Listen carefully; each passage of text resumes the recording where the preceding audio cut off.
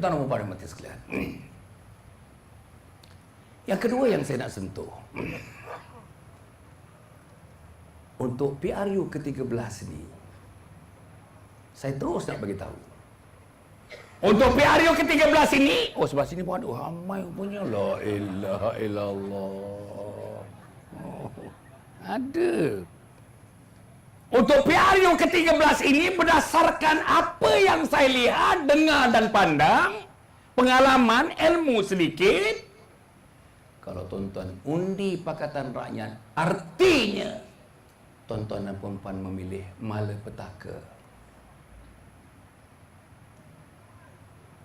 I don't know whether there is another harsher word than malapetaka. Malapetaka.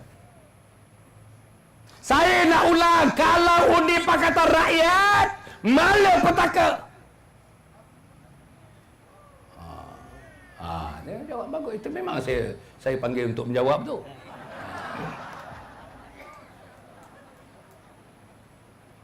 Saudara, apa malapetaka yang pertama? Malapetaka akidah. Saudara, malapetaka ribut tak apa lagi. Rumah kita tumbang boleh tegak balik. Malapetaka mengenai banjir tak apa lagi. Banjir surut, pungutlah apa yang ada, bangunkan balik. Malapetaka apa lagi? Malapetaka ternakan-ternakan ikan air tawar. Timbul semua ikan pagi-pagi, tak apa lagi. Anak ikan masih tak mati lagi di bawah tu. Tapi malapetaka akidah yang menunggu ialah walahum azabun azim, azab yang sangat pedih.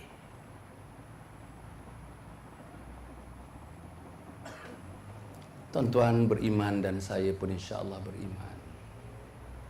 Sanggupkah kita tengok anak kita dalam suasana ada tangan boleh membantu, dalam suasana ada lidah, ada mulut boleh berkata-kata, dalam suasana ada mata boleh memandang, ada telinga boleh mendengar, ada hati boleh mengetuk, ada jiwa boleh menanggung perasaan.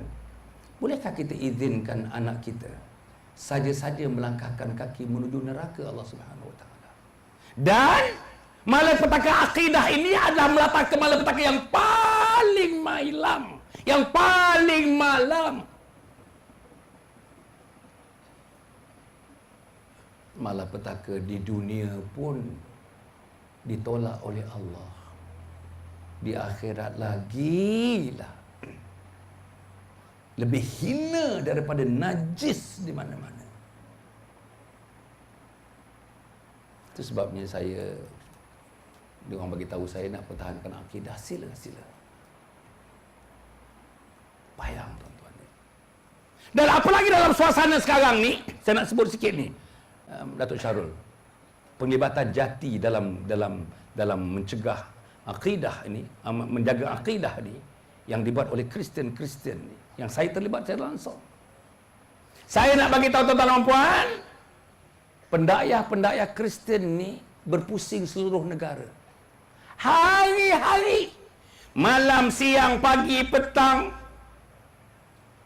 bandar, desa, estate, kampung tradisi, felda, dia orang masuk. Dan mereka telah menubuhkan satu unit khas, unit mengkristiankan orang Melayu. Sebab antara orang Cina, orang India, orang Melayu, mengikut kajian mereka, yang paling sukar digoda dakwah akidahnya ialah orang Melayu. Maka mereka bersungguh-sungguh. Dan tuan-tuan dan puan, saya ada videonya, dirakam di rumah saya.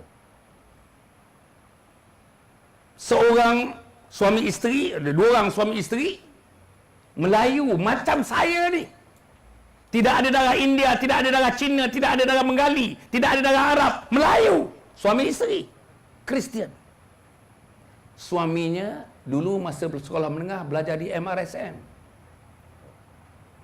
Universiti, saya tak menamakan universiti di mana. Petah bercakap. Terus ditangkap untuk dijadikan pastor, Pastor ni ialah ulama-ulama besar di peringkat dia, yang boleh memberi ilmu, yang boleh memberikan keyakinan, yang boleh membaca kitab, yang boleh memberi sermon, yang boleh memberi khutbah. Melayu. Bilangannya kalau Petaling Jaya, yang saya tahu Petaling Jaya, Shah Alam, bilangannya dekat 30 orang pastor ni. Melayu. Tiap-tiap satu pastor, hari Sabtu, hari Ahad. Sekarang biasanya tidak buat di gereja, pasal ada orang terupung daripada jauh gereja itu, di bimbang. Dibuat di rumah orang. Dibuat di satu tempat yang dirahsiakan. Dibuat secara covert, orang tak tahu. Saudara, tiap-tiap satu pastor itu ada 200 orang. Kalau 300 pastor, maknanya 6,000 orang Melayu macam saya sudah dikristiankan di Petaling Jaya, Shah Alam dan Kelana Jaya. Ini orang tak tahu kat sini.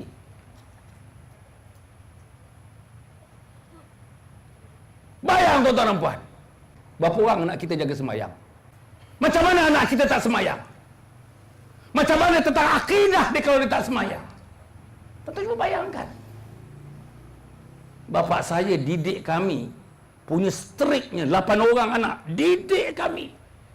Mana-mana jumpa, bapa saya jumpa anak-anak dia, jumpa di mana, waktu apa pun. Sampai saya belajar di Amerika, kalau bapa saya telefon atau saya telefon bapa saya tak kerti halo, dia tak kerti. Halo. Dia dapat dia telefon, dia tanya saya, Sir, nama saya kat rumah Nasir. Kat sini Haji Hassan ni. Nasir, Sir, 2 pertanyaan dia akan tanya. Tak kisah waktu apa pun. Dah semayang ke belum? Dah baca Quran ke belum? Itulah sampai hari akhir. Sebelum dia ditutup matanya rapat-rapat oleh Allah. Tuan-tuan dan puan-puan mati sekalian. Sebab itu, saya nak bagi tahu tuan-tuan dan puan-puan pada malam ini, insya-Allah, kita tolak Pakatan Rakyat. Dalam bahasa apa pun tak boleh sama sekali kita mengizinkan DAP masuk campur sama mengendali negara ini, terutama dalam hal yang berkaitan dengan IMR, Islam, Melayu dan Gajah. DAP, PKR tak mau bentuk Islam yang PAS mau tu. Mereka tak mau negara Islam, mereka tak mau hudud. Tak mau. Mereka tak mau. Mereka tak nak. Melayu pun mereka tak nak. Melayu tak nak. Bahkan orang PAS, untuk pengetahuan tuan dan perempuan, ramai di antara pemimpin PAS tak mau sebut langsung tentang Melayu ni. Tak mau dengar tentang Melayu ni. Macam mana? Sekarang saya tengok PAS dah mula pula balik. Terutamanya Presiden PAS Ustaz Hadi menimbulkan soal Melayu, perjuangan PAS atas nama Melayu. Cuba tanya Mursyidul Am Dato' Ni Aziz Nikmat. Mati balik hidup setakat yang saya tak tahu, yang tahu, dia tak akan setuju langsung untuk bercerita tentang Melayu, mempersoalkan tentang Melayu, bercerita membangun Melayu. Bahkan ada di antara orang PAS pernah menyebut di depan saya, menyesal menjadi Melayu. Macam mana? Ayat Quran yang mana yang tak boleh kita mengatakan diri kita ni Melayu? Saya tanyakan pada Datuk Harundin, tak ada dia kata. Saya tanyakan pada ulama-ulama besar, tak ada. Apa susah sangat? Sebab itu dituduh UMNO ni ketuanan Melayu. Itu dia punya antara poin yang dia benci sangat dengan UMNO ni.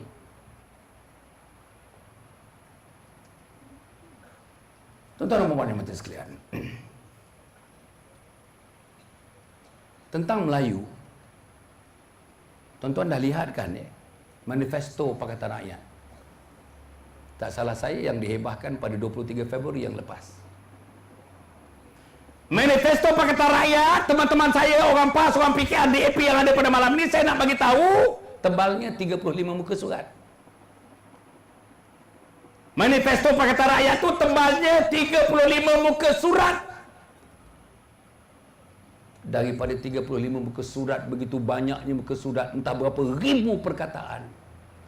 Dalam manifesto Pakatan Rakyat tak ada sebiji pun, tak ada seulas pun, tak ada satu perkataan pun menyebut tentang Melayu. Macam mana? Macam mana tuan-tuan? Tak ada satu perkataan pun.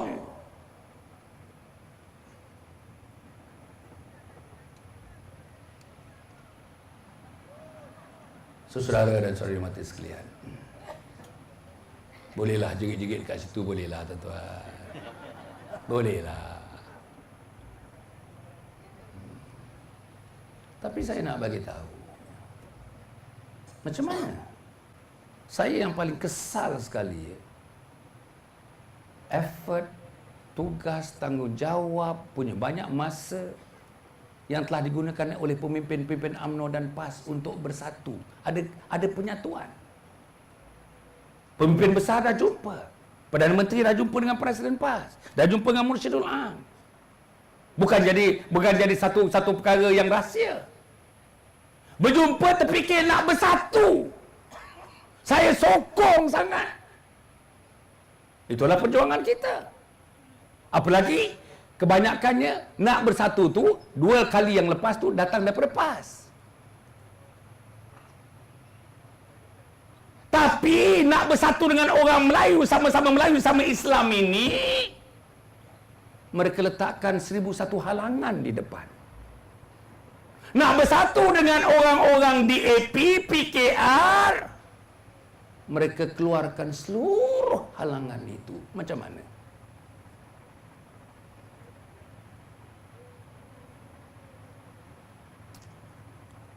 Senyap langsung orang sana tadi tu.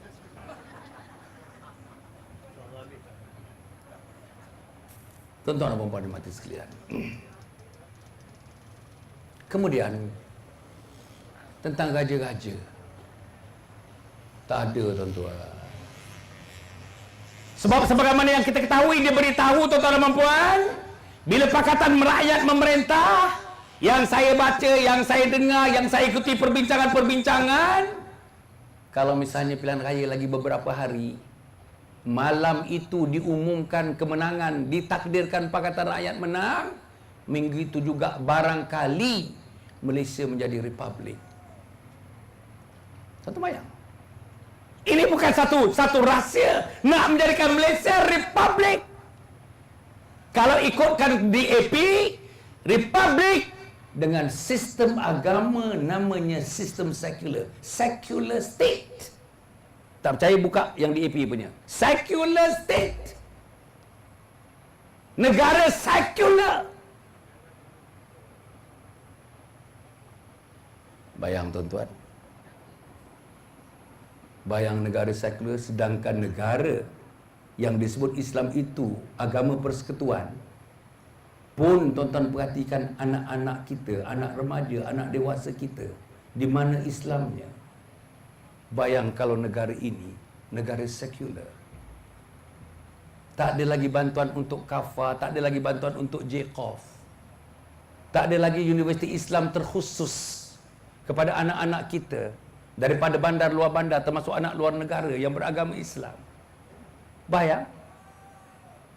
Permintaan daripada DAP juga, sahabat-sahabat dari sana yang memekik, yang tak berapa tahu tu, antara permintaan DAP ialah, saudara, memansuhkan mahkamah syariah. Tuan-tuan bayangkan, DAP minta memansuhkan mahkamah syariah. Terkandung dalam 30 tuntutan DAP yang sering dibacakan dalam ucapan saya di sekitar Kuala Lumpur oleh pengurusinya, biasanya Datuk Hazami namanya. Tuan bayangkan. Saya harap tuan-tuan faham. Teman-teman di Rungkup ni nak mengundi ni. Teman-teman di Hutan Melintang ni nak mengundi ni. Teman-teman di Parlimen Bagan Datuk nak mengundi ni. Semalam saya baca, hari ni saya komen, mungkin besok keluar dalam surat khabar. Tapi dalam blog dah keluar petang tadi. Saya dah komen. Lim Kit Siang kata, total dia kata, pertambahan kursi parlimen yang akan dimenangi oleh Pakatan Rakyat menjadikan keseluruhannya 125 kursi. Membolehkan dia memerintah Malaysia ini secara majoriti simple, majoriti mudah. Antara kawasan yang disebut akan mengalami kekalahan ialah Parlimen Bagan Datuk. Tolong tuan-tuan, tolong tuan-tuan, tolong. Tolong saya katakan. Saya mengatakan kalau misalnya Bagan Datuk ni kalah, maka tuan-tuan memilih untuk menerima malapetaka. Malapetaka akidah saya dah cerita. Malapetaka anak bangsa, malapetaka Melayu, malapetaka institusi raja, malapetaka akhlak, malapetaka syariat, malapetaka dalam keluarga, malapetaka dalam kejiranan, malapetaka dalam masyarakat, malapetaka dalam perniagaan, malapetaka dalam kejiranan sosial. Mana tidak malapetaka? DAP dalam tuntutannya 30 perkara itu, antaranya lagi saya nak bacakan, nak sebutkan, ialah memasukkan askar Melayu diraja. Tuan-tuan cuba bayang. Tuan-tuan cuba bayang, tuan-tuan. Askar Melayu yang memberi nyawanya, tuan-tuan, nun sana. Nak di Sabah di sana. Mempertahankan negara kita ni. Cuba tuan-tuan fikir. Manusia-manusia ini bagi DAP irrelevant dan mesti dihapuskan. Apalagi tuntutan DAP? Ini lagi tuan-tuan, saya bersyarah kat Mara. Setiap minggu saya bersyarah. Negeri, Mara Selangor, Mara Wilayah, Mara Negeri Sembilan. Apalagi tuntutan DAP yang disebutkan kepada kita, yang saya baca, yang saya lihat, yang saya dengar, nak menghapuskan Mara. Tuan-tuan, kalau orang PAS boleh bersetuju, mana tak setuju? Dia bersama-sama sign manifesto tu. Macam mana apa dah jadi kepada PAS ni? Saya dalam pimpinan PAS. Baru dipecat setahun 3 bulan yang lalu. Mana arah tuju PAS? Mana perjanjian PAS? Mana slogan PAS? Mana komitmen PAS? Mana intipati intisari perjuangan PAS? Mana jihad? Saya nak bagi tahu teman-teman PAS. Tak percaya tengok YouTube. Saya tengok YouTube. Anwar Ibrahim punya saya tengok. YouTube Niza punya YouTube saya tengok. Misbah Munir punya YouTube saya tengok.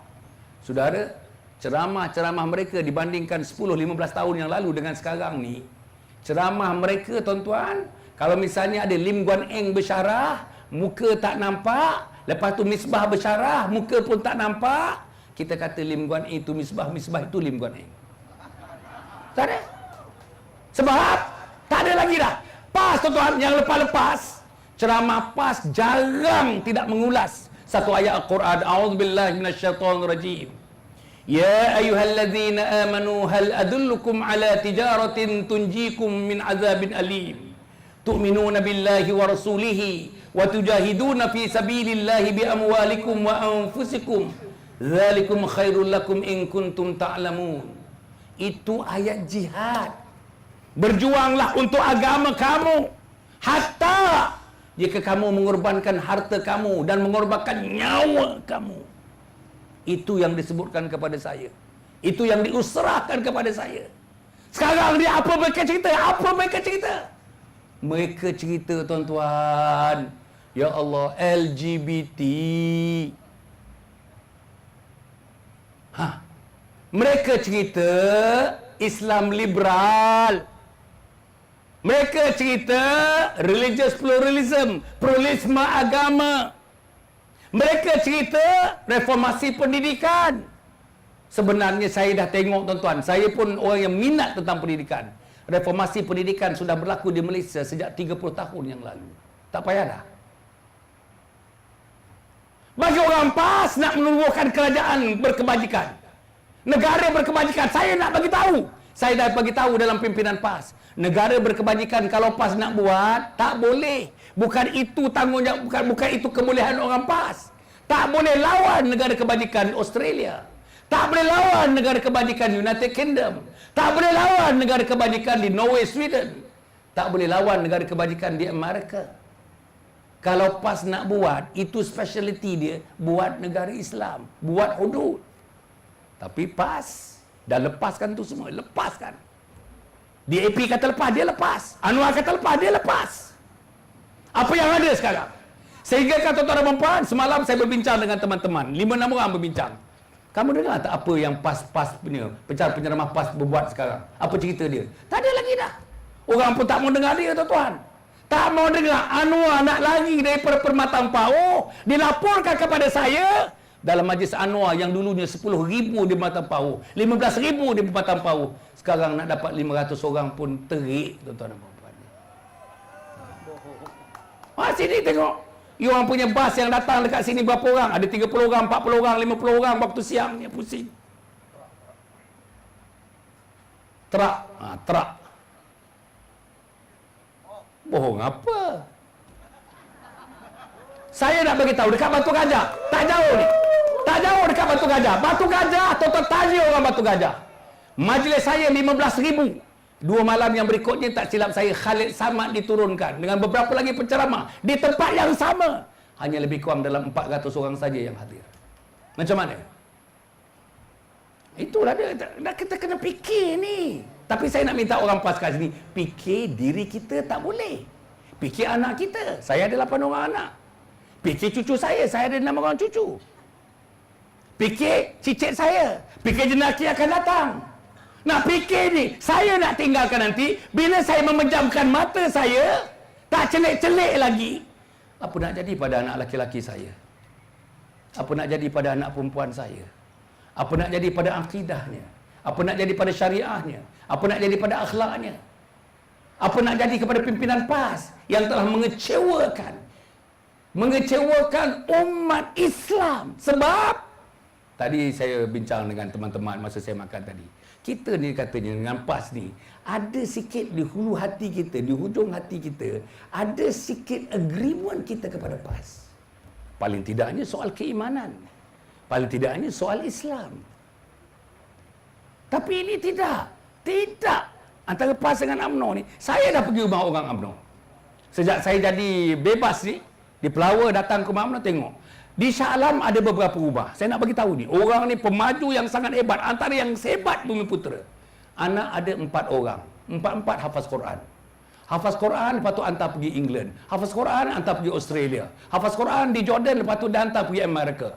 Mendalami lagi ilmu-ilmu ni. Hafaz Quran. Dia punya akhlaknya, saya tengok akhlaknya. Masuk berbaris. Saya masuk ke rumah tu, berbaris anak tu. Seorang-seorang salam, seorang-seorang salam, seorang-seorang salam. Terus pergi ambil air, tuang satu-satu, tuang satu-satu. Hai. Dalam PAS, saya pun tak tengok benda ni. Macam mana kita nak katakan orang UMNO sepi langsung daripada amalan-amalan Islami? Terus mengatakan, diulang-ulang. Apa dia? Undi pakatan mengundang malapetaka. Saudara-saudara, saya menyebutkan ini dengan penuh kesedaran. Saya menyebutkan dengan penuh ada sikit ilmu dan keyakinan diri saya. Saya menyebutkan ini setelah saya melalui proses. Saya menyebutkan ini setelah saya diberi peluang untuk memegang beberapa jawatan penting dalam parti. Saya menyatakan ini setelah saya diberikan amanah untuk membentuk satu pasukan yang kuat bagi Pakatan Rakyat untuk menaklukkan Putrajaya. Maka saya faham macam mana, bagaimana negara ini, di mana negara ini nak dibawa. Saya faham apa arah tujunya. Saya faham mainan DAP. Saya faham mainan Anwar Ibrahim Pakatan Rakyat. Saya faham. Saya faham juga mainan-mainan Anwarinas yang saya nama parasit-parasit dalam PAS. Tadi saya lupa nak menyebutkan tuan-tuan dan puan. Masa saya masuk PAS ditunjangi oleh 80% golongan ulama. PAS pusat, PAS negeri ditunjangi oleh 80% ulama. Sekarang ini PAS pusat ulama hanya tinggal 20% saja. Jadi macam mana? Yang lain disebut Anwarinas. Walaupun Anwar tidak ada dalam PAS, tapi tuan-tuan dan puan, tubuhnya tidak ada, tetapi perjuangannya, intipati ideanya mengalir deras dalam PAS. Dan tuan-tuan kena persoalkan lagi, macam mana PAS bersekongkol dengan DAP. Karl Singh menyebutkan, saya nak ulang saja, tuan-tuan dah dengar banyak kali ini. If you want to convert Malaysia to become an Islamic state, you can only do it after you step over my dead body. Kamu hanya boleh menjadikan Malaysia negara Islam sebagaimana yang dikehendaki oleh PAS itu setelah kamu melangkah mayat aku dulu. Macam mana? Macam mana orang PAS? Bohong lagi? Macam mana? Bagi respon saya macam mana? Kenyataan DAP yang diulang oleh Lim Kit Siang, Lim Guan Eng. Apa dia kata? Kalau kamu melaksanakan hudud, kami pimpinan DAP ini akan meletakkan jawatan beramai-ramai. Tuan-tuan dan puan yang mati sekalian, saya harap teman-teman berikutnya, tuan-tuan dan puan, cadangan saya yang terakhir, kita kena kerja kuatlah tuan-tuan. Jangan harap orang bahagian saja kerja. Jangan harap orang cawangan saja kerja. Semua orang, terutama yang hadir pada malam ini, tuan-tuan dan puan, menjadikan bulan ni 30 hari yang akan datang daripada hari ini sebagai hari bekerja untuk mengelak malapetaka. Serius tuan-tuan, serius. Itu yang saya buat. Saya pun bukan tak letih-letih. Malam tadi balik daripada Rembau sampai rumah dalam pukul 2.30. Bancuh-bancuh air sampai 3.30. Pukul 5.30 dah kena bangun, subuh. Lepas tu saya ada meeting pukul 9 tadi. Sampai petang. Sekarang terus kemari. Tak rehat lagi tuan-tuan dan puan. Besok ada lagi program. Lusa saya pergi di Kuala Kerau sana saya pergi. Pusing. Takkan tak letih-letih. Takkan tak jemu. Tetapi panggilan Islam itu tak mungkin ada manusia yang berasa jemu untuk memperjuangkan Islam. Tak mungkin. Sebab itu kerja kuat. Apa nak buat? Risalah-risalah cukup banyak sekarang. Risalah yang mengubah, yang mengupas isu-isu, berbagai-bagai isu. Sebarlah tuan-tuan. Kalau risalah letak dekat cawangan saja, tak keluar-keluar daripada bilik, daripada ketua cawangan tu, itu tanda-tanda kekalahan lah tuan-tuan. Betul, serius. Saya tahu. Tuan-tuan dan puan mati sekalian ni. Kerja kuat. Kurangkan basuh kain. Macam saya sekarang ni, saya bagi tahu isteri saya. Baju saya pakai daripada pagi sampai malam, itulah bajunya. Selesai. Ini daripada pagi tadi ni. Tengok kalau boleh pakai besok lagi. Betul lah tuan-tuan. Tak nak buat apa. Sebulan aja. Sebulan. Kok comot pun sebulan aja lah. Kemudian tuan-tuan dan puan apa nak buat? Saya ingat tuan-tuan kena buat canvassing namanya. Canvas. Pergi masyarakat Cina macam India. India ramai ni 30% dekat India. Pergi jumpa haci-haci tu, ama tu. Ayah tu. Pergi jumpa tuan-tuan. Tuan-tuan jumpa orang PAS, orang PKR tu pun jumpa. Dia maki pun datang lagi, maki datang lagi. Yang ketiga kita pula maki dia.